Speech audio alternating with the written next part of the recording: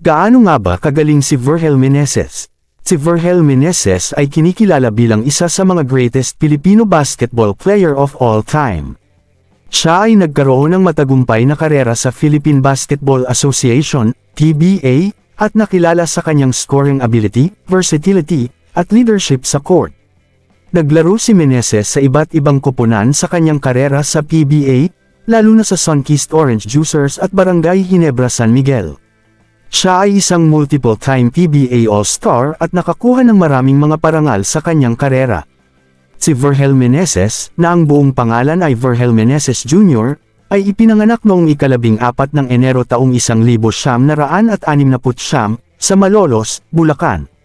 Sinimulan ni Meneses ang kanyang collegiate basketball career bilang King Bomber ng Jose Rizal University. Bagaman, hindi niya nagawang pangunahan ang Heavy Bombers sa isang kampyonato sa kanyang 4 na taong panunungkulan sa National Collegiate Athletic Association, isa siya sa mga pangunahing manlalaro ng nasabing liga kung saan siya ay kilala bilang isang high flyer. Pumasok si Meneses sa Philippine Basketball Association, PBA, noong 1992 nang siya ay madraft bilang first overall pick ng Presto Ice Cream. Sa buong PBA career, naglaro si Meneses para sa iba't ibang koponan, kabilang ang Presto, Sunkist, Pop-Cola, at Barangay Ginebra San Miguel. Nakilala siya sa kanyang athleticism, aerial acrobatic, at dunk, na naging dahilan para makuha niya ang moniker na Aerial Voyager. Si Virgil Meneses ay isang multiple-time PBA All-Star at nanalo ng ilang individual na parangal sa kanyang karera. Tinanghal siyang PBA Rookie of the Year noong 1992 at tumanggap ng PBA Most Valuable Player, MVP, award noong 1995 habang naglalaro para sa Sunkist. Sa kanyang buong PBA career siya ay nag-a-average ng 16 points, 3 rebounds, 3 assists per game.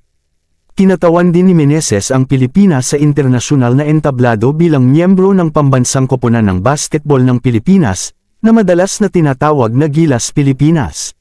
Nagretiro siya mula sa profesional na basketball noong 2005. Pagkatapos magretiro bilang isang manlalaro, si Virgil Meneses ay nagpatuloy sa pagsali sa basketball, na nagsisilbing coach at mentor. Si Virgil Meneses ay nananatiling isang iginagalang na figura sa kasaysayan ng basketball ng Pilipinas, dahil sa kanyang mga kontribusyon sa esport at sa kanyang mga kahanga-hangang tagumpay sa kanyang karera.